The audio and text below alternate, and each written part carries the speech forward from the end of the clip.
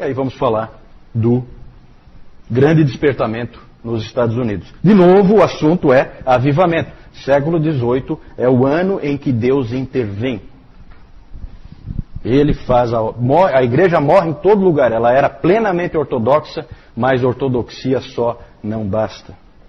Precisa ter a vida de Deus na alma do homem, para usar o termo do livro do Scougal. Grande despertamento nos Estados Unidos. Aí, com certeza, a grande figura é George Whitefield, que é inglês, mas foi o grande catalisador do que aconteceu nos Estados Unidos. Não sozinho, evidentemente que aí nós temos outros grandes nomes, sendo que o principal deles é Jonathan Edwards, que nós vamos falar dele daqui a pouco. Mas, no início do século XVIII, nos Estados Unidos, a coisa também estava difícil. O Jonathan Edwards disse que naquela época havia uma espécie de sonolência. Sonolência. É a ortodoxia morta, né? Se manifestando. Ele fala que quando ele chegou em Northampton, onde ele foi pastor, ele observou uma grande falta de compromisso nos jovens, descompromissados com a palavra de Deus, totalmente apáticos em relação a todas as coisas de Deus. O nível da igreja, vocês podem imaginar como era, por meio desse Halfway Covenant, aliança do meio caminho. O que é essa aliança do meio caminho? Olha só que ponto que chegou a igreja. A aliança do meio caminho é o seguinte: as igrejas da Nova Inglaterra, nós estamos falando aqui nos Estados Unidos, certo? Estados Unidos, ali o nordeste dos Estados Unidos, a Nova Inglaterra. A igreja fez o seguinte: as igrejas, elas entraram em aliança e combinaram esse esquema aí. Qual é o esquema? Elas permitiram que pessoas que fossem decentes na sociedade, não os depravados e coisas assim, mas pessoas decentes, corretas, mas que não professavam a fé cristã, eles permitiam que essas pessoas batizassem seus filhos nas igrejas e participassem da ceia do Senhor. Meio caminho, né? O indivíduo é assim, ele é quase crente, né? Aquela velha ideia de que cristianismo é moralidade, certo? Não é, nunca foi, e na verdade é exatamente onde John Wesley estava indo. Ele não usava a justiça de Cristo, estabelecia a sua própria. Isso é moralidade. Estabelecer a sua justiça é moralidade. Cristianismo é justiça de Cristo. Então, olha só o nível em que a coisa estava. Aí você imagina os problemas que isso causa. Você tem a igreja cheia de gente que não é convertida, nunca foi, não professa a fé cristã. A ceia do Senhor começou a ser considerada cada vez mais uma ordenança convertedora. Então, o indivíduo vem, digamos aqui na nossa igreja, ele não é cristão, ele não professa a fé cristã, mas ele faz parte da sociedade, ele quer participar da igreja, como é muito comum, mais ou menos como é frequente acontecer com o nosso catolicismo aqui, o catolicismo no Brasil.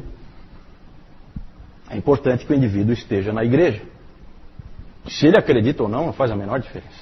Ele tem que estar na igreja por uma questão social. E ali acontecia isso, só que era uma igreja protestante. E então vocês imaginam o problema que era isso aí. Ele vinha, ele participava, se ele tomava a ceia, estava convertido. Essa era a ideia. Certo? Não é mais o batismo que simboliza a salvação, é a ceia. Né? Porque batizar ele não vai. Mas participar da ceia, sim. Então o clima era ruim, era difícil. Um historiador moderno colocou assim: na terceira década do século XVIII, primeira década, 1700 a 1710, 1710 a 1720, 1720 a 1730, terceira década, 1720 a 1730. Na terceira década do século XVIII, o calvinismo havia perdido seu trovão. Sua visão da existência humana como um grande e impressionante drama foi ofuscada pela ideia de que a natureza é benigna, o homem é racional, a salvação é virtude moral e boas obras, e Deus é a benevolência universal. Típico liberalismo teológico. Típico. Harvard tinha caído completamente num liberalismo teológico e Yale estava apavorado porque estava caindo também. Até os diretores de Yale correram para botar a confissão de fé de Westminster para os estudantes estudarem. E William Ames, puritano William Ames, os livros dele para eles estudarem também, mas não adiantou muito não. Também Yale tinha se perdido para um liberalismo teológico. Alguns nomes resistiam, como Cotton Mather, que eu falei antes. Esse sujeito, Cotton Mather, ele é impressionante. Ele escreveu, sabe quantos livros ele escreveu? Quantos títulos? Esse aqui é um autor, né? Você para uma editora é uma festa. Sabe quantos livros? 388 títulos diferentes. Não é fraco.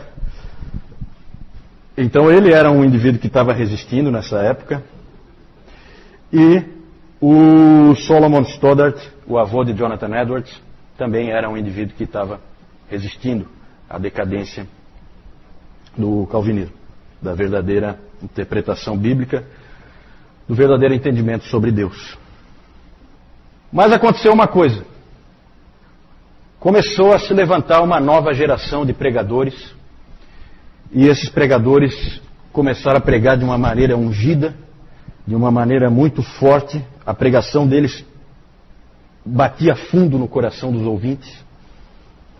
Entre eles, Theodor Frelinghuysen, ele é de origem holandesa, o Gilbert Tennant, Jonathan Edwards e George Whitefield. Esses indivíduos foram os que fizeram com que ocorresse o grande despertamento, né? O George Whitefield foi quem fez a amarração de tudo, né? Mas tinha esses pastores que estavam ali. O Whitefield não era pastor ali. O Whitefield, ele era itinerante, ele era um evangelista. O que impressiona é que Deus utilizou esses indivíduos e impressiona muito a idade deles. Eles eram todos extremamente jovens quando começaram. O Frelinghuysen tinha pouco mais de 30 anos quando começou o seu trabalho em prol do avivamento. O Tennant tinha pouco menos de 30. O Edwards também tinha pouco menos de 30. E o George Whitefield, na sua segunda viagem missionária ali nos Estados Unidos, ele tinha só 24 anos. Então esses indivíduos, realmente, Deus usou indivíduos muito jovens, impressiona isso, para fazer a obra. George Whitefield, vamos falar um pouquinho dele. Fiquei muito contente que a editora Pes traduziu um livro que eu há muito tempo queria, porque muita gente fala desse livro, e eles traduziram George Whitefield, do Arnold Dallimore. Eu já tinha lido uma biografia do Dallimore, que era a biografia do Spurgeon, que eu acho que não tem traduzida, e esse aqui agora já tem traduzido, George Whitefield, não li ainda, mas vale a pena conhecer melhor esse grande homem de Deus, grande evangelista. Whitefield vivia para pregar o evangelho, era isso que ele fazia. Ele atravessou, gente, olha só, esse cara é impressionante, ele atravessou o Oceano Atlântico 13 vezes. 13 vezes naquela época. Aí você fica pensando, não, tudo bem, grande coisa. Isso dá, tempo que ele ficou no navio, 732 dias da vida dele. 2 anos da vida ele passou dentro de navios. Certo? Com certeza. E aquele tempo não era muito fácil, né? Aquele tempo ali não era como hoje. Gente, não tem como... O professor Calhoun, ele fala que o primeiro superstar dos Estados Unidos não foi um atleta de futebol americano, nem de basquete, nem de beisebol, não foi um ator de Hollywood, não foi um cantor famoso. O primeiro superstar dos Estados Unidos foi um pregador, George Whitefield, um pregador inglês. Impressionante as histórias, de onde vinha gente, de carroça, de cavalo, os caras andavam quilômetros e quilômetros para poderem ouvir George Whitefield pregando. Ele é conhecido como o dramaturgo divino. Quando você vê algumas coisas que ele fazia nas pregações dele, você vê, é impressionante. Ele tem histórias assim que são fantásticas. Tem histórias em que ele vai contando a história de um cego andando no precipício, e ele conta de uma maneira que o indivíduo levantou no meio e se apavorou, queria segurar o sujeito que estava caindo. Tal a vivacidade das narrativas dele. Às vezes ele pregava dizendo assim, ó, eu tenho um anjo saindo daqui, ele está voltando para o céu. Será que ele vai voltar sem nenhuma alma ganha para o Evangelho? É assim que ele fazia.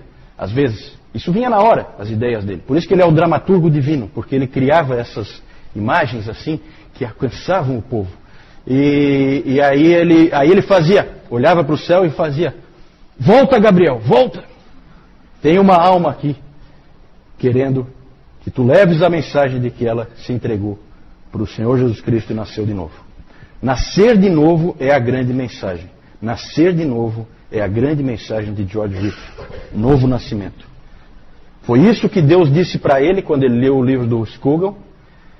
E era isso que ele pregava. Isso é novo. Isso é novo. Né? Daqui a pouco eu vou falar um pouco mais sobre essa questão aí do novo nascimento.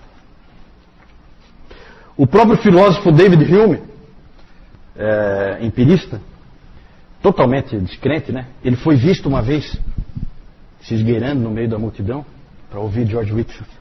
Aí alguém estranhou aquilo, né? Poxa, um indivíduo totalmente ateu, iluminista, né?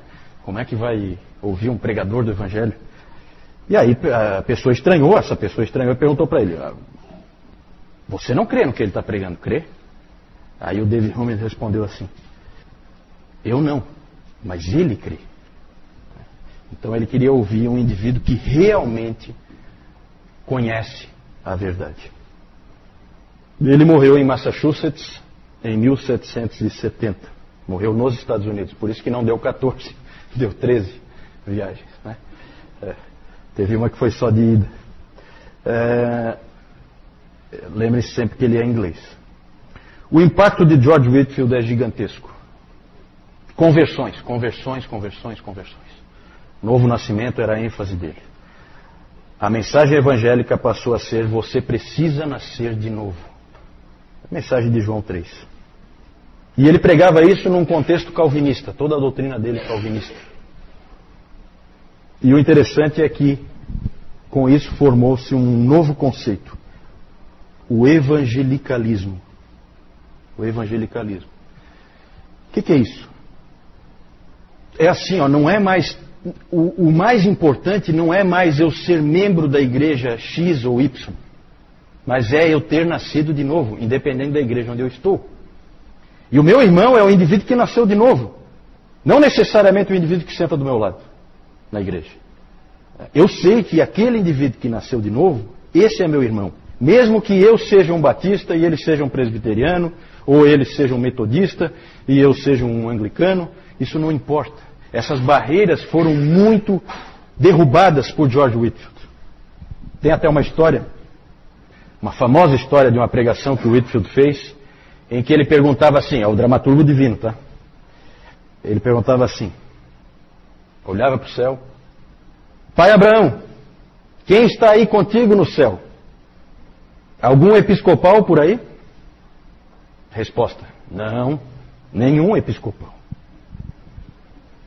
Haveria algum presbiteriano? Nenhum presbiteriano.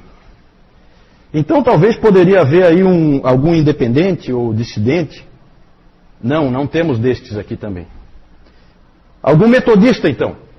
E o Whitefield se considerava metodista. Né? Não. Então quem você tem aí com você? Aí o pai Abraão respondeu, nós não conhecemos esses nomes aqui. Todos que estão aqui são cristãos, crentes em Cristo, homens e mulheres que foram purificados pelo sangue do Cordeiro.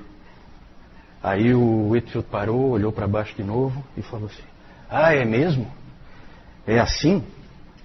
Então que Deus nos ajude. Deus nos ajude a esquecer todos esses nomes de partidos e a sermos cristãos de fato e de verdade. Esse é o impacto. Esse é o evangelicalismo. Certo? Nada de partidos. Nascer de novo. É isso que precisa.